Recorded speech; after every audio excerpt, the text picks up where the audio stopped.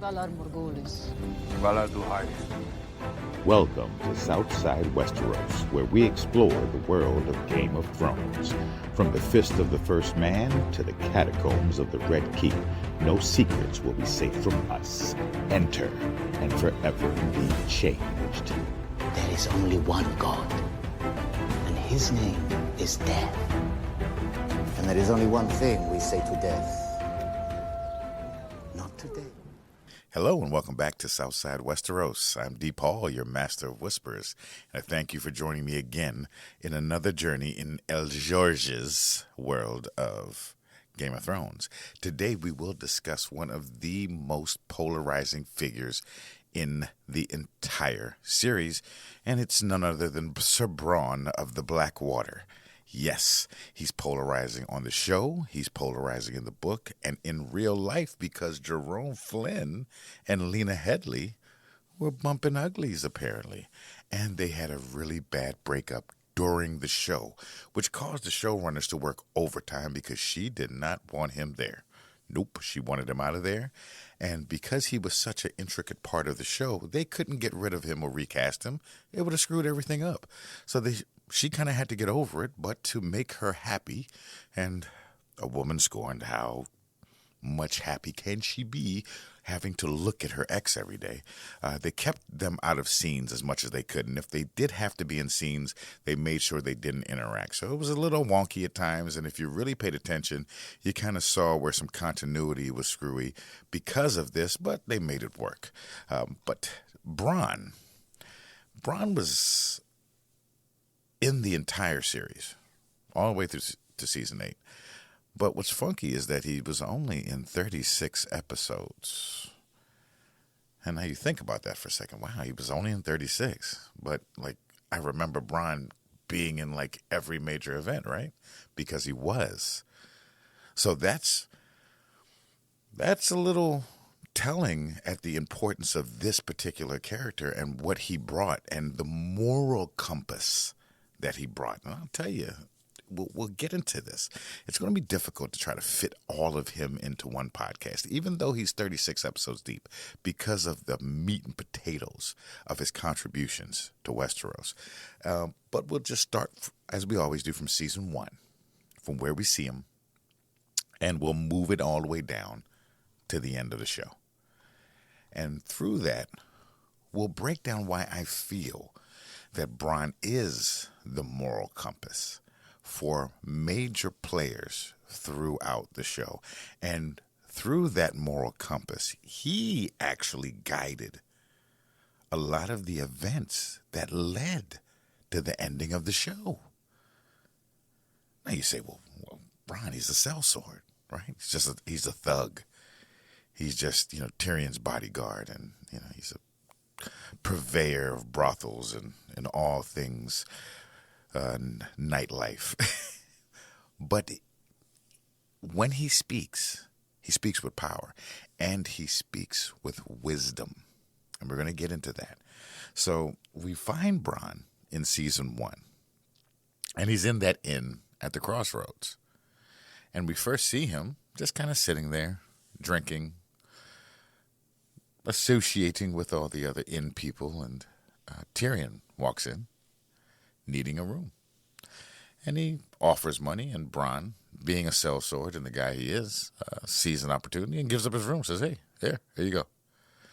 Now, unfortunately, Catelyn Stark and Sir Roderick Kessel were in the inn, and at this time, Littlefinger had convinced Catelyn that Tyrion was somehow responsible for the assassination attempt on Bran.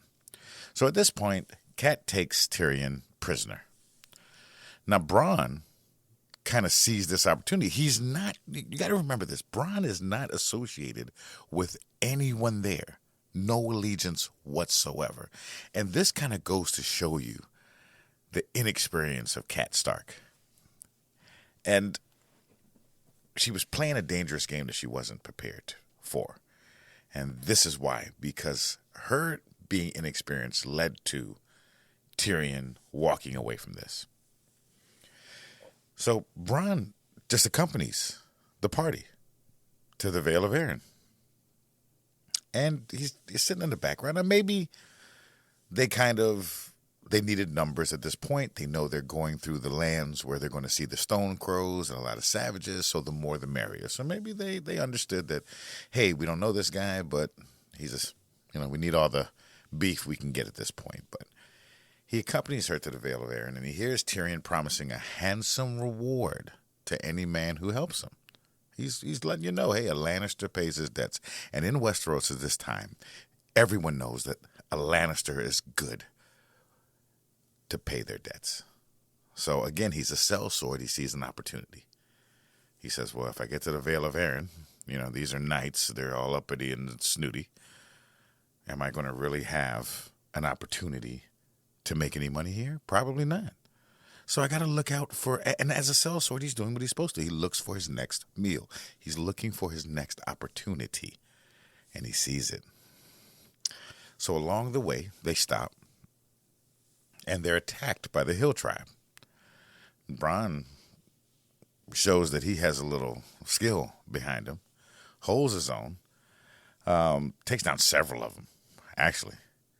And Tyrion notices this right away because he's a man who has to use other men to get what he needs because of his diminutive size. And Cat Stark notices it because, she's like, hey, anybody know who that guy is? And why he fights so well? And why is he over there talking to Tyrion? So we get to the Eyrie, and Tyrion attempts to prove his innocence. And he demands a trial by combat.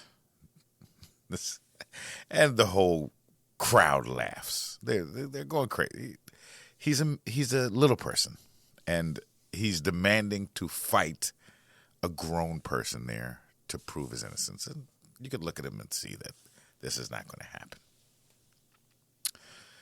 But he names his brother as his champion. Jaime Lannister, one of the best fighters in the entire kingdom. They refuse and say he has to have somebody there. Tyrion, knowing he's in the company of enemies, does make a plea for anyone who would stand as a champion. Bronn, again, seeing the opportunity, steps forward. Now, I want you to look at this for a moment. Some people look at this as a valiant act. Like Bronn did this heroic thing. Not at all. He is a street guy. He's a gangster. He's a gangster. I got to put in terms that you can understand. So he's a gangster. He's a street thug. He's a soldier. So rolling around and being in the streets, he has to be able to pick things up very quickly. He has to be able to size men up. I have to size my opponents up. I have to know who in the room can beat me. I have to know how much I got to put into this fight. If I could turn my back off, I keep it against the wall. Bronn, from the moment he walked into that throne room, he knew he was the best fighter in there because he knew he would do exactly what needed to be done. You got to understand that. He's a smart character. He may not be an educated character, but he's a smart character. And we'll know that when Lysa Arryn shortly makes a statement that sums up who he was. So, Bronn steps up for Tyrion. Sir Vardis Egan, one of the main knights of the Vale, steps up as Lysa Arryn's champion. Bronn kills him quickly. I mean, it's not even a real fight. I mean, he played with him most of the time. And then Lysa Arryn yells out to him, "You have no honor. You fight with no honor."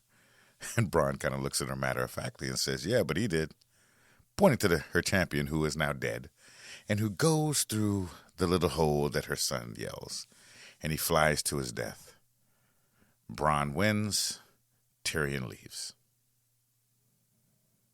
He grabs his gold. He pays the fat keeper, and he moves on.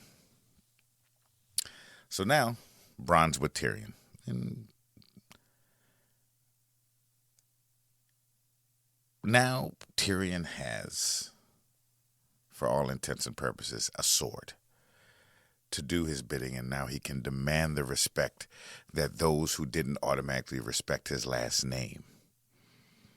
So you understand that? So Tyrion, as a diminutive character, was able to waddle about the world with respect due to who his father was. But there were times, like the Stone Crows, like fights, and like this particular situation where it didn't matter. We're going to take this opportunity to try to get you. So now he's got someone who can back him up, and that's who Bronn is. And what does Bronn have? What does Bronn have? Because we're not worried about Tyrion right now. We're worried about Bronn. What does Bronn get by playing the thug? He gets to eat. Gets a guaranteed meal, guaranteed paycheck, and a guaranteed trip to the brothel whenever we stop. This is a sellsword's dream. I am the bodyguard to a rich playboy who is a smart aleck, who runs his mouth, so I'll be working a lot, which means I'll be getting paid a lot. I'm going to eat the best of the best. I'm going to travel the best of the best. So yeah, I'll do this, because I didn't have anything waiting for me at the Vale. And when I met them, I was sitting in a dark tavern waiting for my next meal. So yeah, Bronn knows what he's doing. So he establishes some ground rules with Tyrion, which I like. He lets Tyrion know off the break, I'm not your friend. Okay? I'm not even your sellsword. This is my come up. Working with you is my come up. I'm about to get paid. I'm about to be a boss out here. Tyrion, being the smart guy, he understands that, hey, you got to get me back to King's Landing. So I got you. But just understand something. If they ever offer you money to kill me, I'll double it. So that's what Tyrion recognizes. See, they became friends not because Bronn protected him. Tyrion had protection all of his life. He was a Lannister. They became friends because they both understood the game. And they understood what the other one's motivation was. There was only one time when it was not understood. And that was when Tyrion was on trial. And Bronn explained it to him, and we'll get into that later on. Sneak peeks, people. Spoiler alerts. I got to mess with you a little bit.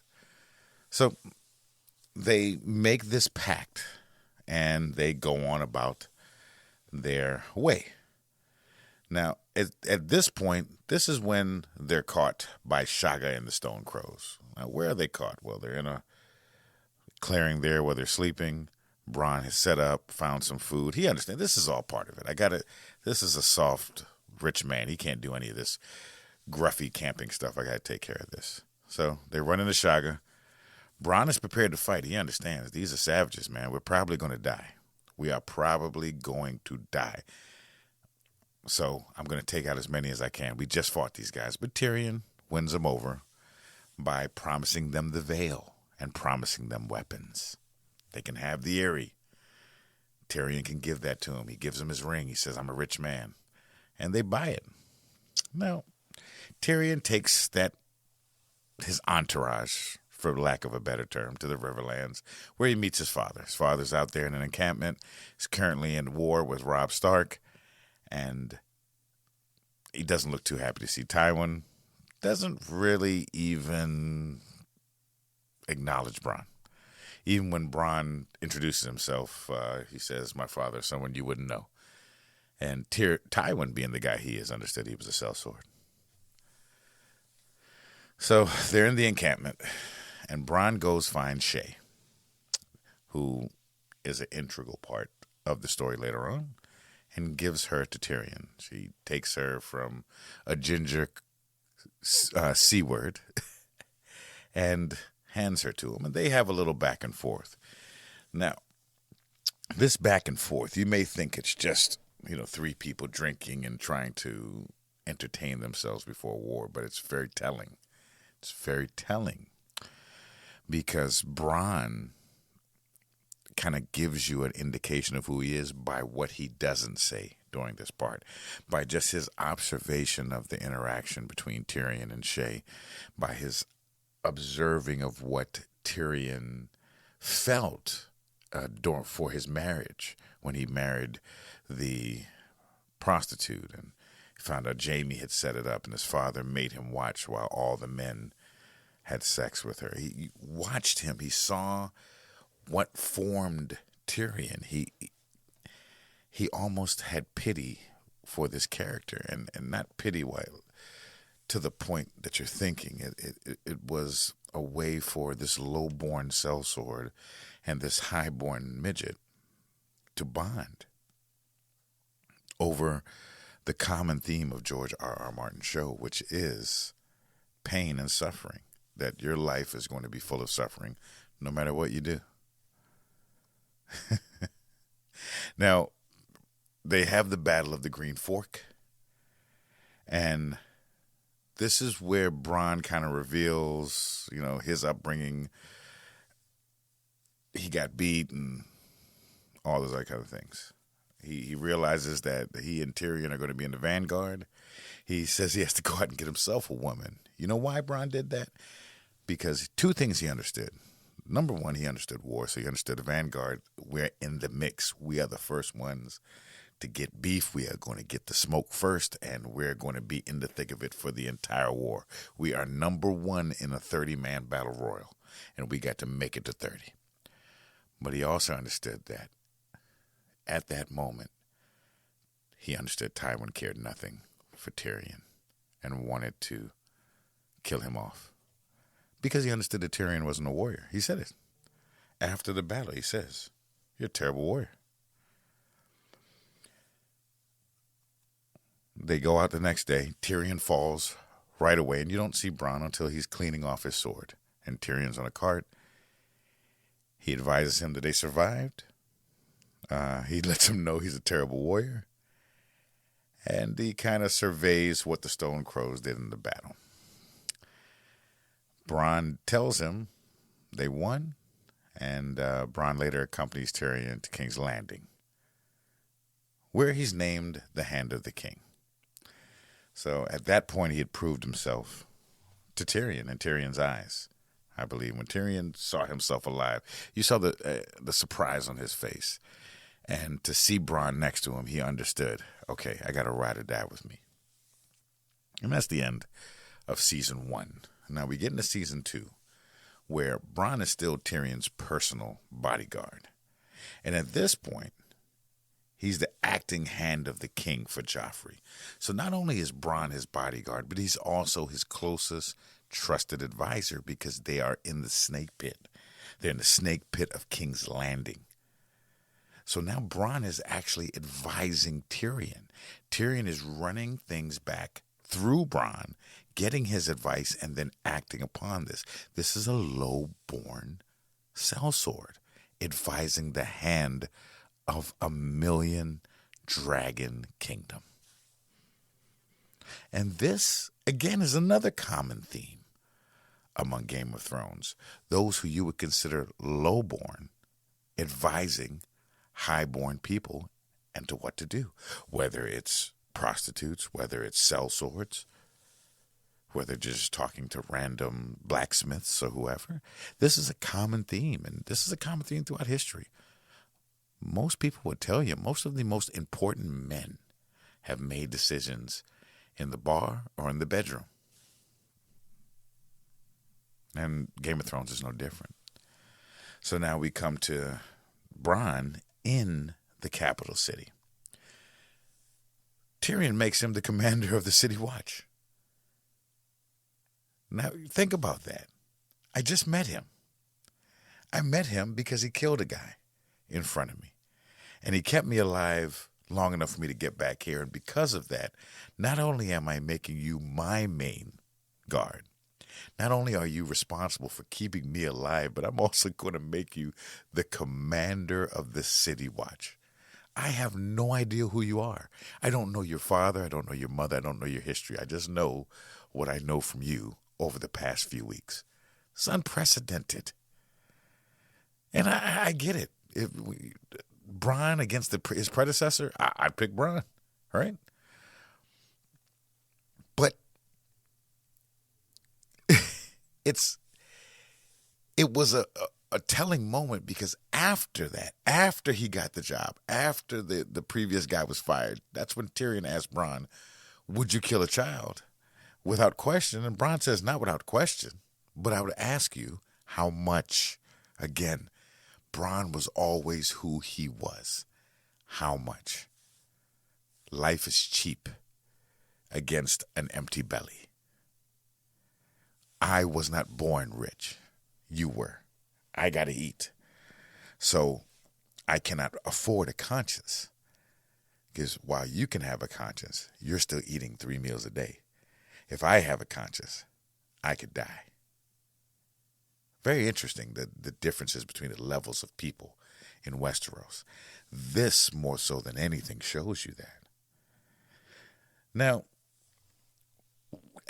to get into every little bit of interaction Bronn did would be kind of tedious, but Bronn is there. Again, he's there when he grabs Pycelle and sends him away. He's there when Tyrion clashes with Joffrey and he's going to kill Sir Meryn Trant. And I want you to understand, Bronn is a sellsword, right? Bronn is what they would be considered to be beneath them. Tyrion threatens Sir Meryn Trant, disgusting man, but he threatens him, the King's Guard, the leader of the King's Guard, with Bronn, who he barely has interacted with, but Sir Meryn looked at him and understood, I got nothing for him, and stands pat. Think about that for a minute. So this is the respect a guy like Bronn commanded, because he was a no-nonsense man. He did what he had to do at all times. There was no flex. There was no playing.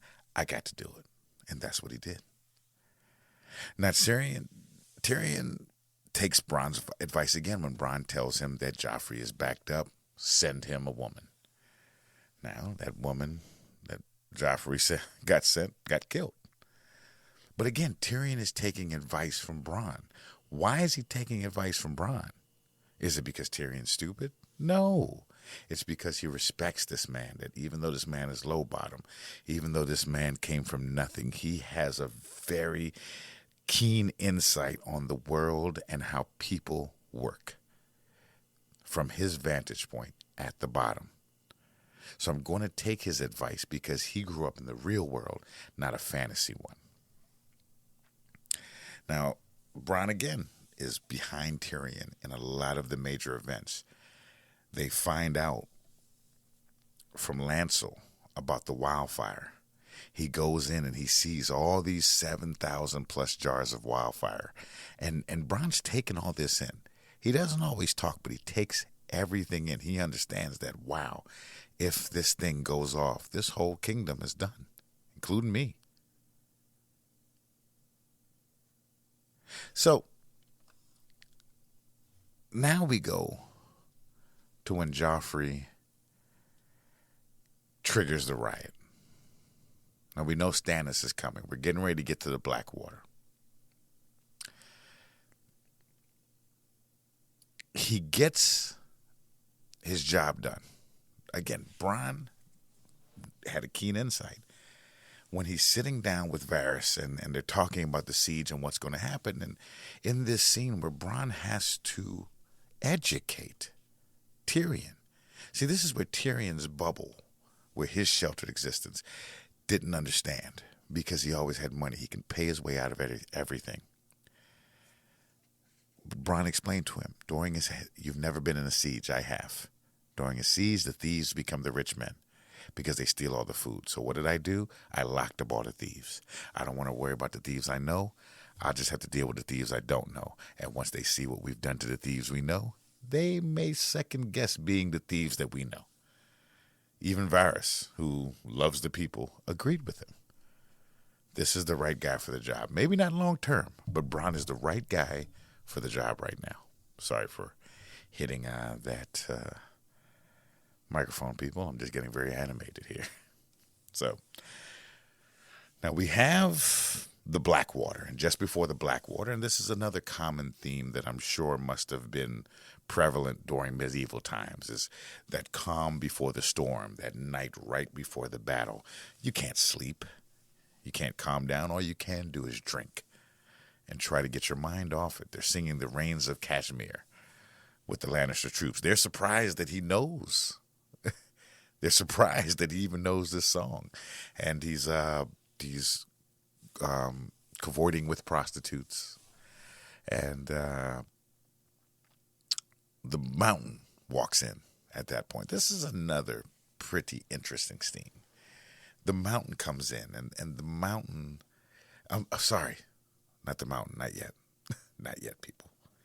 The Hound walks in. And he offers him a drink, and they almost get into it at this point, because Sandor is just, he has no time for jokes. He has no time for fun. He has no time for humor. And that's all that Bronn is about.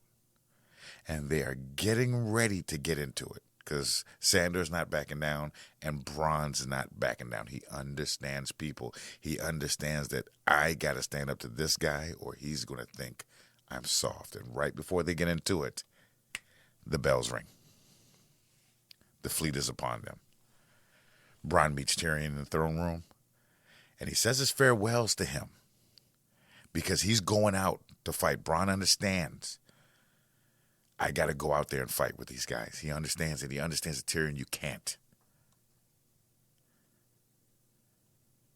He fires the flaming arrows at the wildfire, shoots it all up, destroys it. Bronn, actually, if you look at what Bronn did, Bronn was all over this place. He was on the walls. He was down on the battle. He was down with the battling right there at the riverfront. He was everywhere. And if it wasn't for him, he actually was the hero. That Sir Bronn of the Blackwater was an earned title. He destroyed Stannis' fleet. He fought off Stannis' men. He got to the city walls and saved Sandor from a flaming arrow. We were just going to kill each other. And he saves the Hound. And he's there, outside the walls, with Sandor as the men retreat. And you know what they did? After the battle, they dismissed him. Just dismiss him. So up to this point, we have Bronn of the Blackwater. And we have Bronn, the sellsword. And now he's Bronn of the Blackwater. Now, even though his post is taken away, he's still knighted by Joffrey as a reward. Even though Joffrey tried to get Tyrion killed during the battle. And now he is affectionately known as Sir Bronn of the Blackwater. And while he doesn't have any lands or wealth, really, his social standing is a little higher. And he tells Tyrion that he is his friend, but he is a sellsword. And as a knight, you got to pay me double. Double. Now, next we're going to get into what happens with the shift of power in King's Landing. Now, going into season 3, this is where you start to see that Bronn is more than a sellsword. Now, you've seen this throughout the show, but this is where we kind of get into the nuts and bolts and see this man has a cunning to him. He has a keen intellect when it comes to people. You think that Tyrion is a master at people, but he really isn't, because Tyrion has a skewed view of people from a lofty tower of money. Bronn, being a low-bottom-born sellsword, he knows people's intentions. And this is where it becomes apparent. So, again, he's knighted by Joffrey for his Blackwater behavior, so to speak. And well-deserved. Well-deserved. And again, Tyrion is going to pay him double. So after Tyrion is recuperating, He sends Podrick to go get Bronn. Now, this scene is interesting because, as I referred to before, he's not allowed to be in a scene with Lena Headey. And this was one of the ones that they could not avoid. And you can tell, I mean, you can cut the tension in that scene with a butter knife. And it wasn't in the script. It just was tension. You can see it in her guards. You can see it in Podrick. It's like, is this about to kick off? I don't know. I'm not sure what's about to happen here. I'm not sure what I'm supposed to be doing. But there's that scene where, he's still who he is, and he's not going to take any guff from Cersei's King's Guard, especially Sir Meryn Trant, who he refers to as a grub in fancy armor, with his only experience being beating up little girls, referring to his sickness of wanting to beat children in brothels. And we'll get into that later if I feel like talking about a pedophile.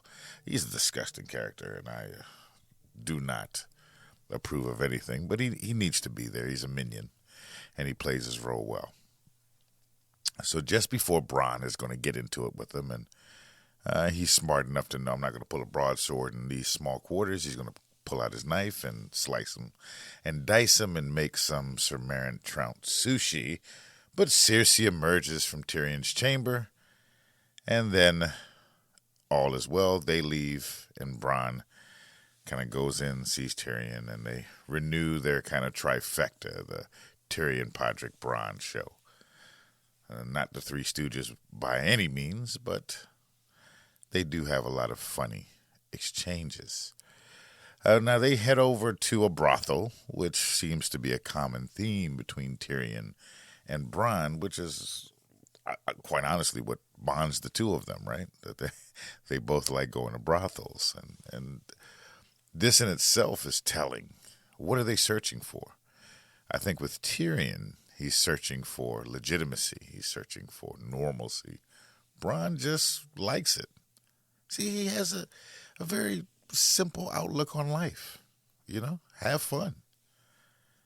Look for your opportunities where they may come, but for the most part, enjoy the moment, because that may be all you have.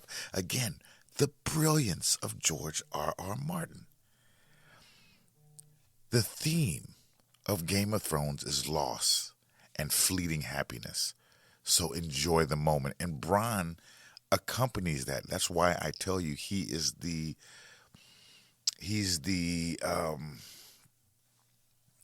moral compass. He's the conscience of Game of Thrones. He gets it. This guy gets it. And you'll see that because his outcome at the end was one of the best outcomes you could possibly have. Now, they then reward Podrick, and I'm going to get into Podrick and what happened next, because the book kind of gives you insight into what happened with Podrick and the three prostitutes that he was given as a gift for saving Tyrion's life. But we'll get into that. But they this kind of gets the crew back together. And with the crew being back together, then they can start kind of putting things into place and maneuvering. Again, Bronn is Tyrion's advisor at this point. And when you look at a lot of the things he advised him of, it was very good advice. And if Tyrion had listened to Bronn in several instances, he could have avoided a lifetime of pain. You see, think about that. Was Bronn an educated man? Was he a man of great stature? Did he have the benefit of being around lords and ladies? Right? No, he didn't. But he was very simple. A simple man with a simple outlook that was effective. And he broke things down, just like when Tyrion thought Littlefinger was embezzling money, but realized that no, he just kept borrowing it every time They needed it and got the crown of the debt. And Tyrion attempted to explain borrowing and returning the money. And Bronn just says, hey, don't pay it back. Now, that was telling in itself. Tyrion started to look at Bronn in a particular way. Again, I think Tyrion's obsession with Bronn is that I still have to live within this world, especially because I'm an imp, but I have to live within this world and its rules. There's certain things we do and we don't do, and we still see that today among the rich. There's certain things they do and certain things they don't do. And normal people cannot and do not understand why. Just don't do it. Just stop. Right? But again, this is just giving you an insight into Bronn. Now, a lot of these other things here, Bronn again advises Tyrion, especially with the Sansa Stark thing, while Tyrion grows a conscience. And was this really for the sake of Tyrion? Well, if you go by the book, no, because Tyrion is a wretched character in the book. He was softened for the show and made to be your empathy, the empathetic character that you all kind of identify with. But I just don't think Tyrion wanted to upset Shay, which again was his father's problem with him, that he was easily influenced by the low bottoms, the lowest of the lows. You see the common theme here? He's easily influenced. He's in the company of pimps, pushers, and drug dealers, hoes and street people. And that's what he likes. That's who he accompanies. That's who he identifies with, because they look up to him.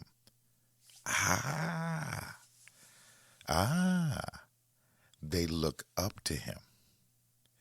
And so when it came to Bronn didn't look up to him. He actually looked up to Bronn. But this instance here, where Bronn told him, hey, marry Sansa Stark. If he had done that, the Lannisters would have won the Game of Thrones. It would have been just as his father said. He would have secured the North. He would have saved Sansa from what she went through with Ramsay Bolton, what she went through with Littlefinger. He would have stopped all of that, strengthening their position and avoiding the war. Now, how would that have worked out with the dead? We'll talk about that with another podcast. But he didn't listen to him. And they do get married, Bronn. And again, Bronn is there. He's kind of in the background, kind of hanging out through a lot of major scenes. So then we fast forward to season 4. And this is where we enter the Dornish. Now, I want you to notice something. Prince Oberyn, who we did a podcast on, you can reference that. It's episode 3 of our podcast, and you can go back on our platforms and replay that, as well as all the other ones. Great for going to the gym or just driving. Hint, hint. There was a small moment between him and Braun. And this is a reflection of what the society was. Strength recognizes strength. Game recognizes game. From the beginning of time to the end of time, that will always be true. They both understood that both of them were killers. Killers who were willing to do what needed to be done to ensure their survival, but also men who understood the day and understood pleasure. They got along right away without saying anything. This is the point where Tyrion asks Bronn to train Jaime.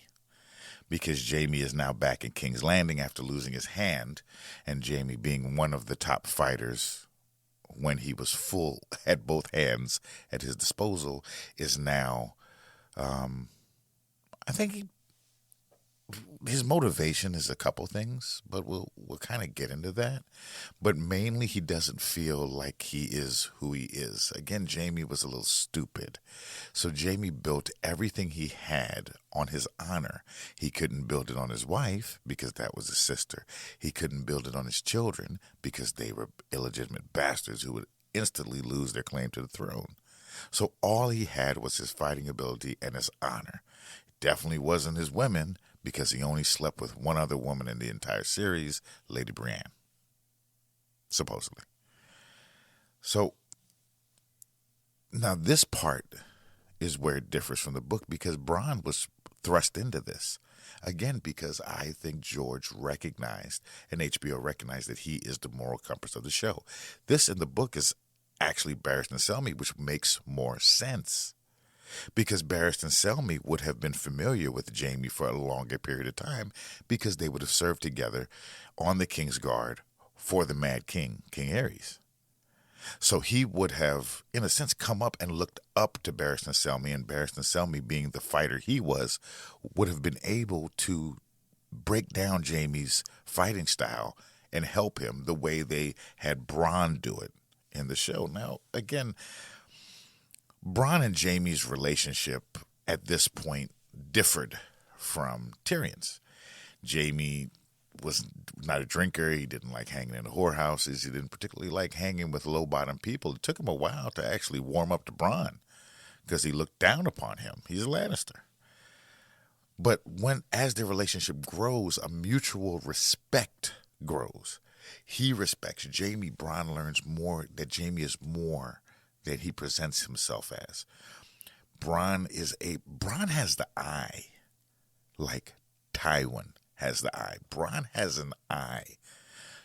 You don't have an eye in this world. Not many people have it, but Bronn has that eye, and he's able to look at Jaime, see what he presents himself as, but then strip that away and then look at what's underneath. And he respected him. He understood that there was something in Jaime that wanted to be pure. And Bronn looking at Jaime saying, well, if I had what you had, I'd be the biggest, and excuse my language, cunt out there. And they use this all throughout the show, so I like to throw one in every now and then to raise you up. But Jaime's not that. And even though he does deplorable things, he's not that. He wants to be better, and that's what builds this relationship with him. And he actually wants to be a good swordsman. He wants to improve. And then again, Bronn, he's a pragmatic guy, but he can only respect a man who has lost his most powerful weapon, the thing that defined him the most. And he's broken, but he still has a fire inside of him. Bronn, throws gas on it, builds it up. Now, it's during this time that Joffrey's murdered. Bronn is recognized as a strong ally. Why? Because instead of attacking him and putting him, either killing him, because think about this, Tywin can just kill Bronn. Or just pay him off. Here's some money. You're a sellsword. Here's a chest full of gold. Go away. But not only does he not do that, but he also sets up for him to be a lord, hopefully. Now, he's set up with the second sister, but Bronn being Bronn already has seen, he's got the eye, so he's seen the situation and has already decided, I'm just going to make sure the older sister dies so the second sister inherits the castle. So why do you think they offered Bronn that? Did because he was Sir Bronn of the Blackwater, because he was a knight? Possibly, for appearances. But if you know the Lannisters, like I've been explaining to you, they can care less what the sheep think. So appearances weren't it. I think they recognized his strength, and they recognized that this guy can make it happen. And we're going to see the benefit of that later, why this was a great move by them to keep him in the fold, because he was directly related to keeping some major Lannisters alive. And we'll get into that shortly. So he comes to Tyrion, and Tyrion, of course, asks him to stand for him. Now, before this, Jaime, of course, is feeling conflicted. He loves his little brother, but it's not happening. But Braun is training him and implores him, says, go see your brother.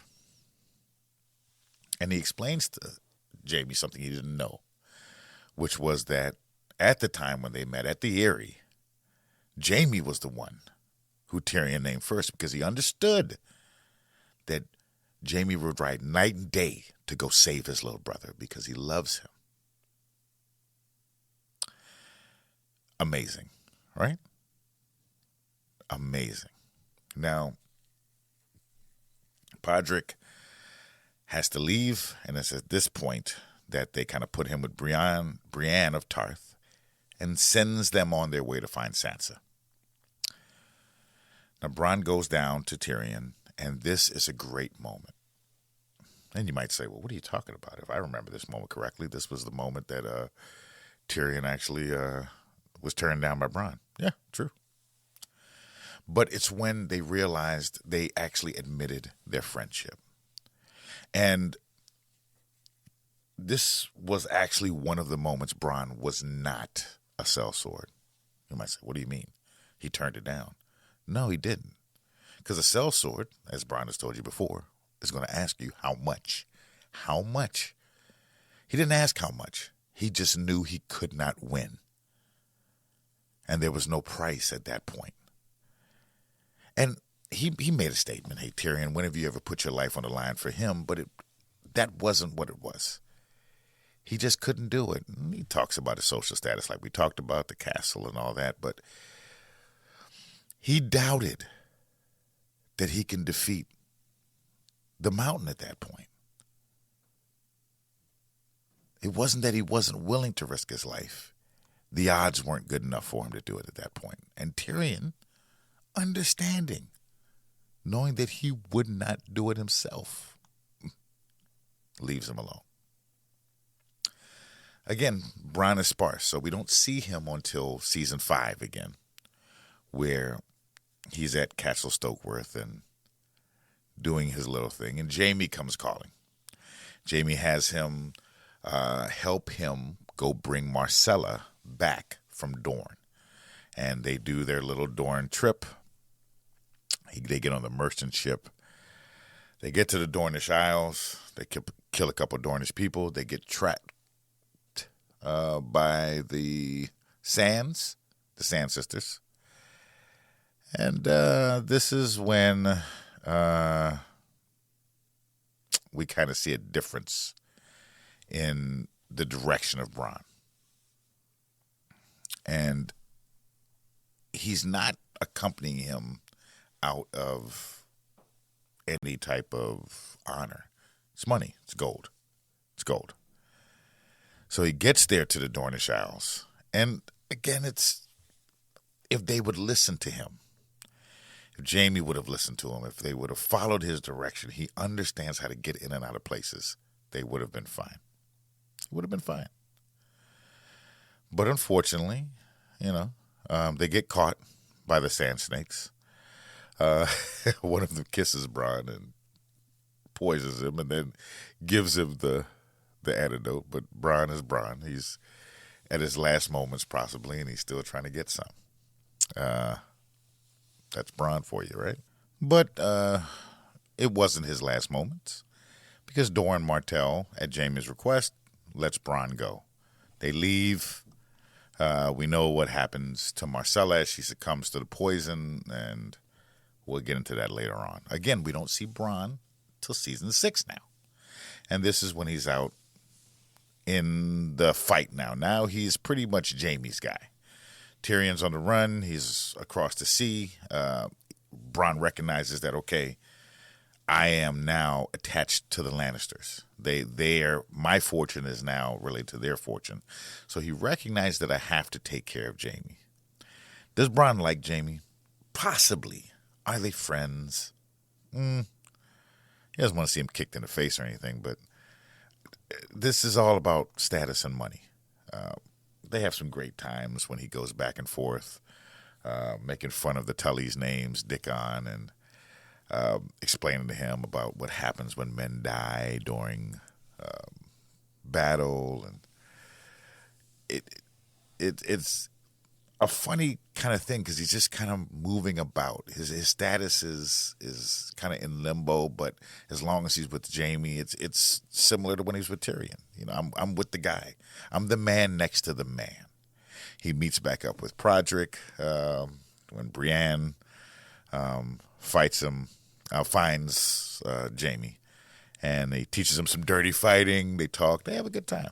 They're going back and forth. And now you have the battle at River Run, which really wasn't a battle. I mean, they just took it. And Bronn is sitting with Jaime during Lord Walter's celebration. There's a little funny kind of exchange between them where Bronn alludes to Jaime taking a woman, and Jaime says no. And Bronn then says, what, not blonde enough for you? And Jaime kind of looks at him like, oh, shoot, you know? And Bronn kind of looked at him like, oh, yeah, of course I know. I'm not stupid. So Bronn grabs himself too, and they roll. They head back to King's Landing just in time to see the Sept of Baelor in smoke, fire, destroyed by Cersei and her wildfire because the Faith Militant had taken over. So Bronn then vanishes. We don't see him till season 7. Okay? And this is where Bronn not only saves Jaime's life when Jaime stupidly tries to attack Drogon. Again, that's exactly what Tywin said about Jaime. And again, this is actually where they have the little Dickon Tarly kind of talk again. He grabs Scorpion, and he almost kills one of the dragons right then and there. Kills a bunch of Dothraki, and again, saves Jaime's life. I remember when this episode came out, too, and we didn't know if that was Bronn. I knew it was Bronn, and they were like, I don't know who this is.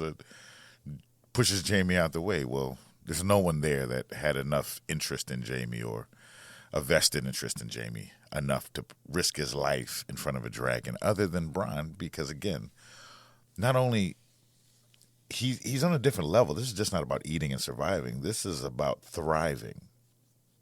And we're going to get into that in a couple minutes.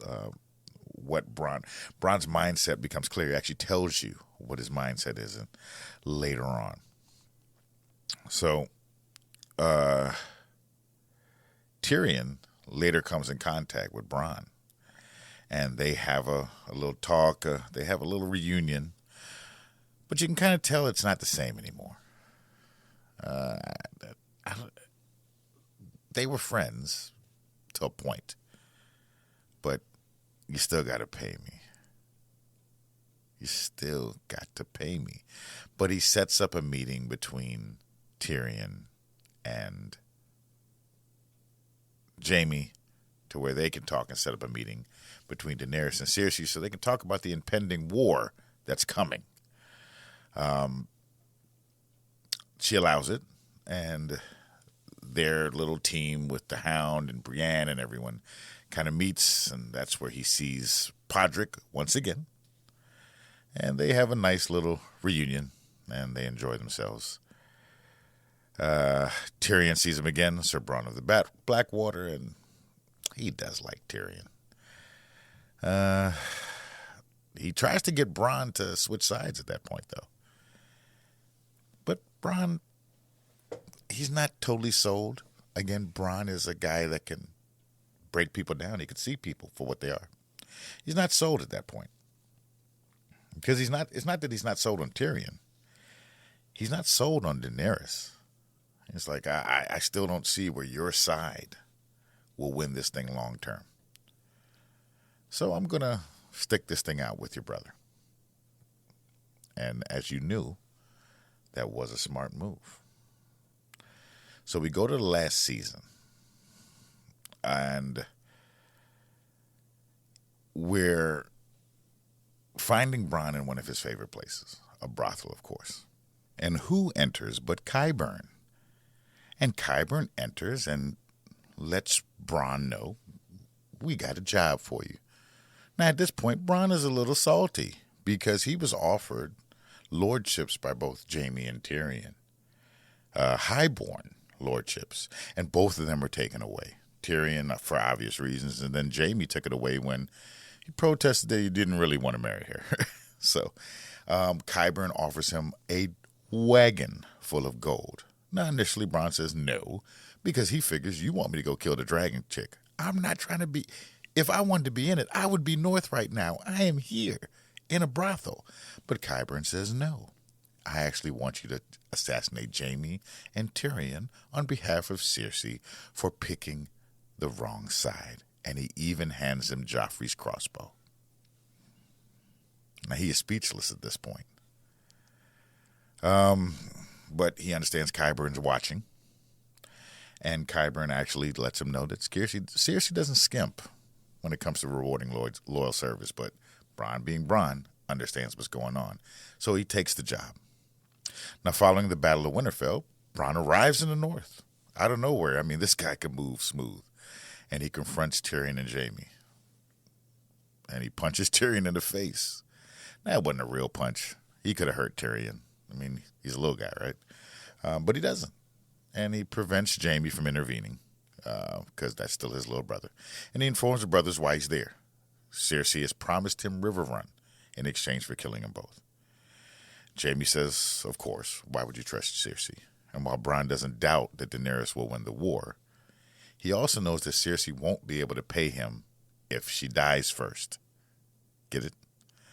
Tyrion reminds Bronn about their business agreement and promises to give him Highgarden. Now, Highgarden's kind of just sitting there because Jaime and Cersei robbed it blind and killed Olenna Tyrell, but still a nice piece of property. And initially, Jaime refuses. He's like, I'm not going to give Highgarden to a cutthroat. And then Bronn looks at him with Joffrey's crossbow aimed at his face and reminds him that all great houses were founded by a bastard like him. Now, Tyrion gets it because he's smart. Jaime, a little thick-headed, so it took him a couple minutes to actually get what he was saying. And he understood it at that point. This is where Jaime had a moment of clarity, and I was actually proud of him. He looked at Bronn and was like, okay, so this is what this was all for. And Bronn kind of looks at him and is like, yeah. Tyrion got it. He always understood that Bronn was looking for a come-up. He was looking to be a boss. And this is the moment that I've been waiting for me to set my future generations up. See, Bronn is actually a lot like Tywin Lannister. Bronn wants to be immortal. Bronn wants his name to live on, not from infamy, but as a lord. So later on down the line, hundreds and hundreds of generations, Bronn's name will carry on. And this is why he did that. And for all of his service, after Brandon Stark is made the new king and Tyrion is the hand, Bronn is given and made the Lord of Highgarden,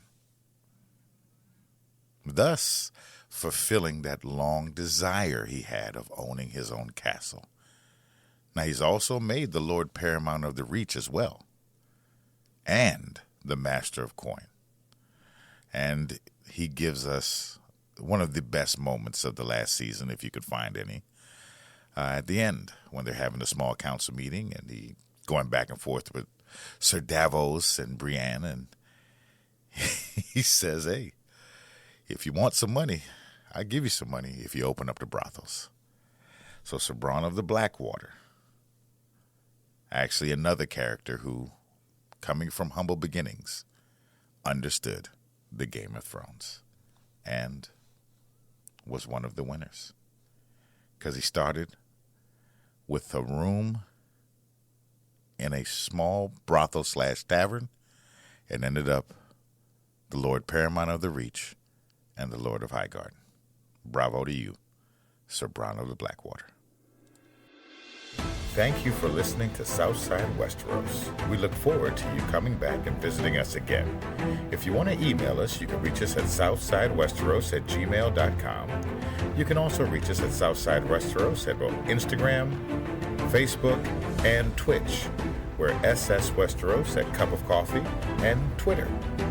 If you want to donate to the program to keep getting this great content, please donate to our Patreon or our Cash App. Both are Southside Westeros.